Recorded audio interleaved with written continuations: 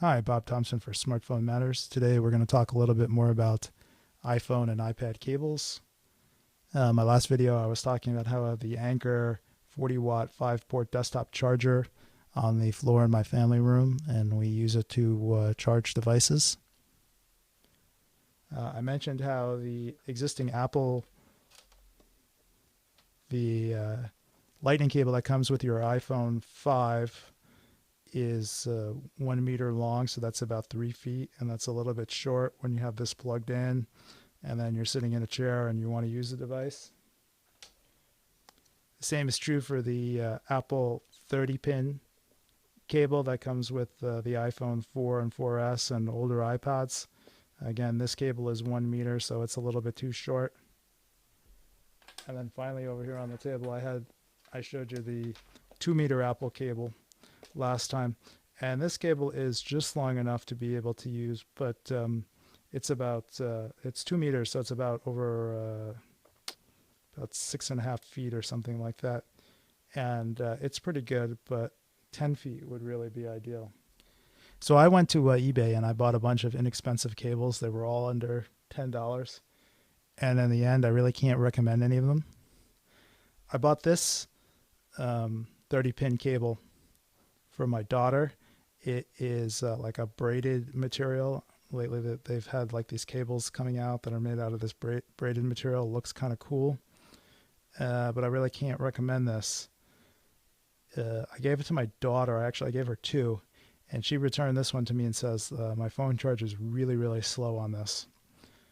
So I didn't really check it out, but I gave her two cables and she came back and said this one charges really slow, so I'm going to believe her on that. The other thing I didn't like about this cable was that this braided material kinks up very easy and it gets tangled easily, so that wasn't very good. And then finally, the picture in the listing on eBay showed a much smaller connector, almost like the Apple one, but this is longer on this end, so it didn't really match what was the photo that was in the listing. It wasn't enough for me to return it at that time, but in the end, no one's going to use this cable anymore. I also bought this other inexpensive 30-pin cable, and there was a lot to like about it. It came in a color red, and the cable is relatively thin, kind of like very close in size, if not identical to the Apple cable. My wife primarily uses this cable, and she's very gentle and careful with electronics, but this casing has managed to crack here, so this plug is loose and actually is pulling out. In fairness, she just uses this cable to charge, and it still charges. But I really can't recommend it after a couple months of regular use by somebody that's pretty careful with this stuff. It's falling apart. So this one was also between $5 and $10, and I guess we'll probably continue to use it until it breaks. Finally, I bought this 10-foot lightning cable on eBay, and this cable is very thin. It's actually thinner than the 2-meter Apple cable, but this has a number of problems. One, it will only charge the iPhone 5. It will not charge an iPad Air, and in fairness, it said that in the listing, and I'm not sure if I wasn't paying attention when I bought it, or I just decided I was going to use it to charge my phone. But it definitely will not charge an iPad Air. And right now, actually, it doesn't really charge an iPhone 5 too well either. It worked well in the beginning, but now when you plug it into the charger, it keeps showing the phone charging and then not charging. It's almost like there's a short or some kind of problem in the cable.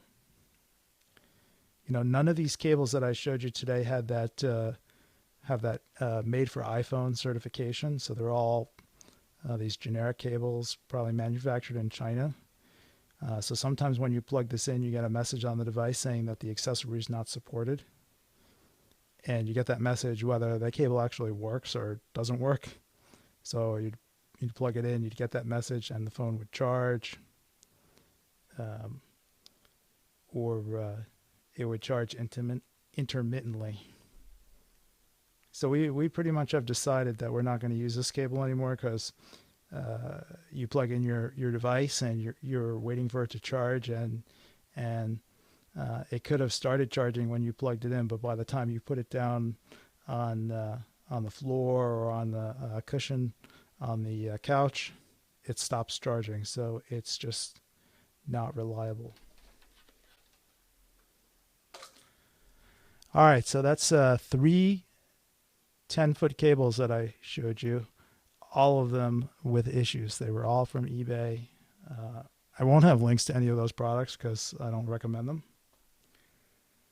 Well, where does that leave us? Well, if you saw my previous video, I had a 2-meter and a 10-foot lightning cables that I'm testing out. Those were the Cable Matters cable and the Adoro cable. Those were both made for iPhone cables, so supposedly they're licensed products. We'll see if they work out any better.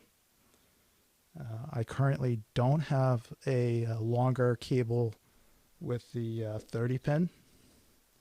Maybe I'll have to look around and see if I can find something that's made for iPhone in the 30 pin. I can still wait for that red cable to stop working.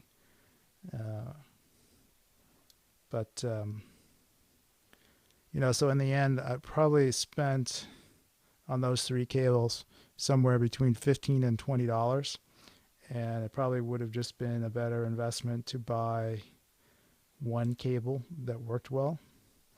But, part of all this is about trying out these different products to see if we can find something that's a winner and will save you guys some money. All right, well, I guess that's it for this video. If you found any of this information helpful, give us a like. If you'd like to see more videos from Smartphone Matters, subscribe to our YouTube channel. If you have any questions or comments, head on over to Smartphone Matters, leave your question in a comment, and I'll try and answer it as soon as I can. Thanks for watching.